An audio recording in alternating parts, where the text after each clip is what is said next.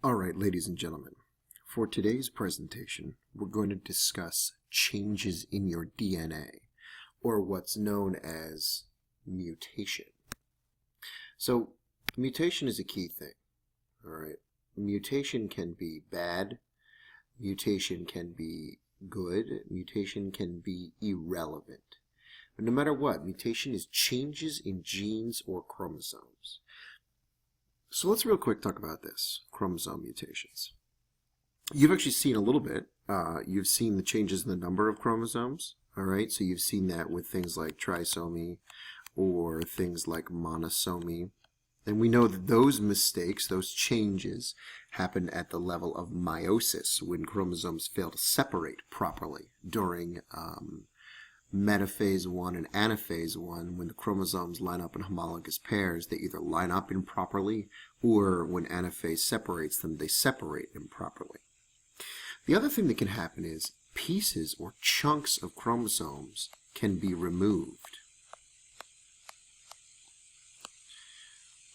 And not only can they be removed, they can be added to other chromosomes. So that can get pretty crazy, okay? When this kind of stuff happens, these tend to be very drastic changes, and those changes tend to be deadly. Most times you find giant changes in the structure of an organism. The organism either dies right away, dies in utero, or the organism is just so altered by this that it really can't have a healthy and productive life. Okay? Now, what we really want to talk about today, though, is mutations to your genes. Now, mutations to your genes are actually changes to your nucleotide sequence. So if your DNA is like ATC, CCC, then a gene mutation alters that letter sequence. Okay. Now, it can happen in a couple of ways. You can either replace one nucleotide with another, so in this case something like ATC becomes AAC, all right, and that actually potentially could change things, all right, or you add or delete nucleotides, so something like ATC becomes AC because the T was deleted, or something like ATC becomes ATCC. And that changes things because remember, your DNA is read in codons. So it's read in groups of 3. So if you alter these 3-letter sequences, you can change the groups of 3. And if you alter these over here, you can change what the groups of 3 mean. All right? And that's really the key of what goes on with mutation. Now, it's very important that you understand. Mutation, not always bad. All right? In fact, the vast majority of evolution from organism to organism, or changes in organisms or in species that take place over time, depend on mutation. Right? Mutation is what allows organisms to adapt to their environment. But mutations can also be negative. You know, mutations in your DNA are eventually what leads to cancer in living organisms. So mutation is sort of a neutral thing. It's neither good nor bad. So let's talk a little bit about the types of mutations. All right. So we're mostly interested in gene mutations. All right, because gene mutations are what drives the process of evolution. Okay, so you can see right here, this box is our original codon. All right, so this is our original codon. And there's several types of mutations that can happen to that codon. But we're focusing right now on point mutations. Point mutations are a change. Sorry, my pen doesn't want me to work right now. Here we go. A change in one nucleotide. Okay, that's what a point mutation is. It's a change in one nucleotide. So you can see here, it's the nucleotide at the end, beginning, middle. It can be a nucleotide in any place in the codon. All right, and we tend to look at these through the lens of codons. Now, if you take a look at this diagram, here you have the DNA sequence. Here you have the messenger RNA sequence that is complementary to that DNA. And then here, you have the amino acid that that codon codes for. Okay. Now, you'll notice that there's multiple types of mutation. So, because of that codon chart that we learned about in our last video and the other day in class, you'll note that there are more than one codon for most amino acids. So what that means is sometimes you can actually make a change, so like this, from C to T, and it will actually still lead to the same amino acid, and that's what you have going on here. All right, that's actually one of the flexible ways that your body system is designed to prevent mistakes.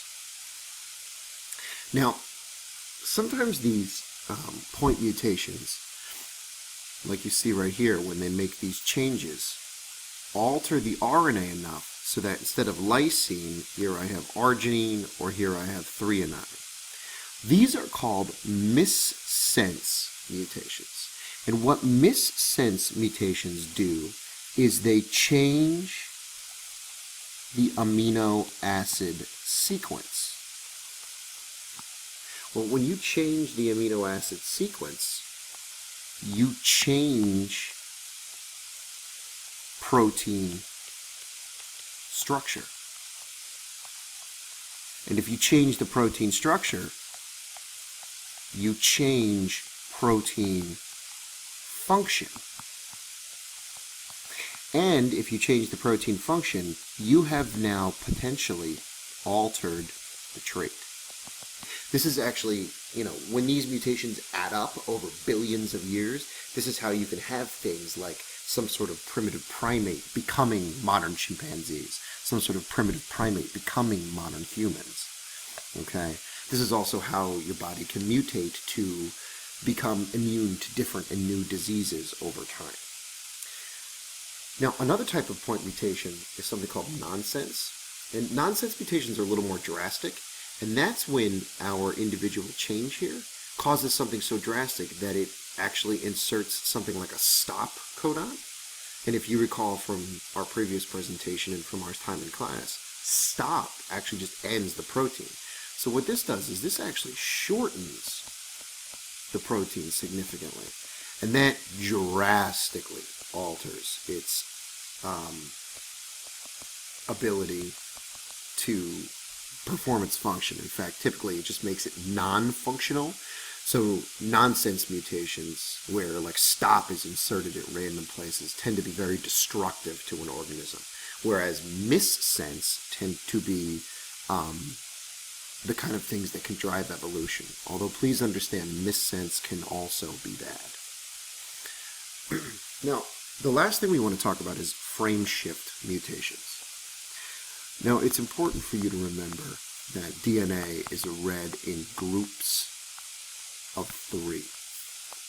All right, so DNA is read in groups of 3. And remember, we call those groups of 3 codons. Now, sometimes mutations, and typically this happens with either a deletion or an addition, the mutation can screw up things in such a way that you no longer read those same groups of 3. So here we have our example over here on the side. And this is ATG, GAA, GCA, CGT. So this gives me methionine, this gives me glutamic acid, this gives me alanine, and this gives me glycine. And this together gives me a protein with 4 amino acids. Okay, and that 4 amino acids is its structure. And we know that structure equals function. Well, with a frameshift mutation, what's actually gone on is this green has been deleted. G right here has been deleted. So now what happens is the entire frameshift moves backwards 1 and is red. So instead of being GAA, this is now AAG. So instead of being glutamic acid, this is now lysine.